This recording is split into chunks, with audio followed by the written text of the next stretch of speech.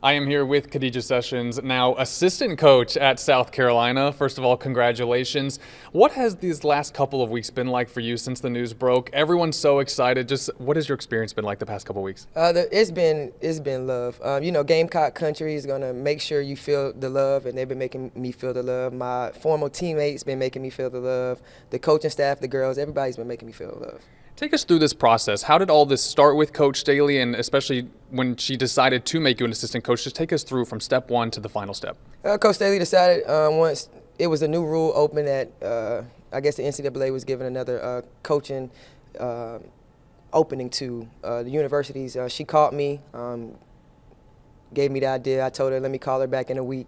Called her back, and I committed to her, and I said, let's work, let's get better, and we went from there. What has she told you about what she wants your role to be as assistant coach? We haven't really spoke too much on that. It's been a lot of traveling, a lot of recruiting and things going on. But I think in August, come back and ask me that question, I'll be able to answer that. I know I saw Breezy Hall tweeted out that your defensive drills have been intense. She's exhausted. What have you been putting these players through already? If you know me as a player, I miss 94 feet, so I'm just trying to preach to them. That's kind of what South Carolina has been banking on, is our defense for years, and if we can have more than one 94 feet person that pick up, and that's going to make us better. So I've been kind of getting breezy in the field of picking up 94 feet when, Raven gets tired or something. It hasn't been that long since you were a Gamecock yourself on the floor. Did you ever think that you would be an assistant coach for this team so quickly after your playing career? Never thought I would be here. But I'm here now, so I'm embracing the role, and I'm excited for it. What have you learned as a coach, just from the time you were a Gamecock to the being at Ridgeview and coming to now? What have you learned about coaching? I just learned that first of all, you have to learn your players. You have to learn how to talk to them. You have to know, how to put players in position to be successful, how to give roles to players. It's a lot of things that I've been learning since, I've been a player here, and, being under the direction of Coach Stoneman and now under the Coach Staley. I'm just still learning every day. I'm so open to learning and growing, so every day I'm learning. Especially speaking of learning, what do you hope to, I know you have to teach the players, but you're also going to be watching these legendary coaches who have played and coached in so many games. What do you hope to observe and learn from them?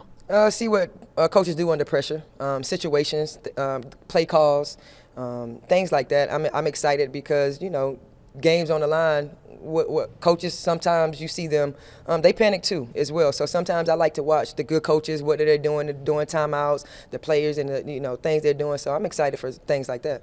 The women's game in the last decade has just grown exponentially, both on the court and just with the exposure. How have you seen the game change in the last decade?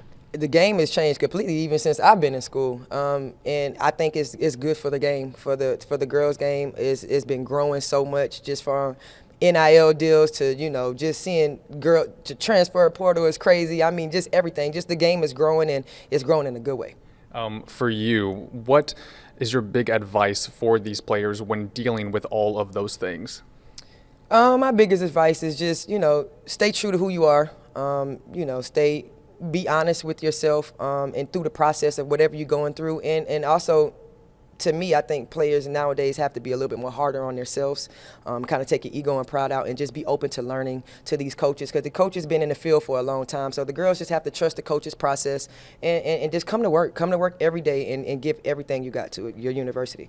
The women's game is deeper than it has probably ever been. Next season, I know a lot of people are excited. You got UConn, obviously, South Carolina, LSU, Iowa. There's all these big names now, and for the past few years, South Carolina's been at the top. I don't know if people are really expecting them to be number one next season, most likely a top 10 team. What are you seeing from the roster and that you'd like to tell people about this Gamecock squad that we're about to see?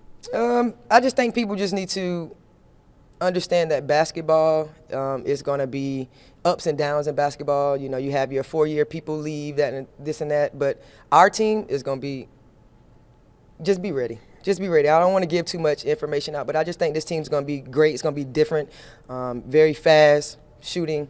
So I just think people need to be prepared for South Carolina this year.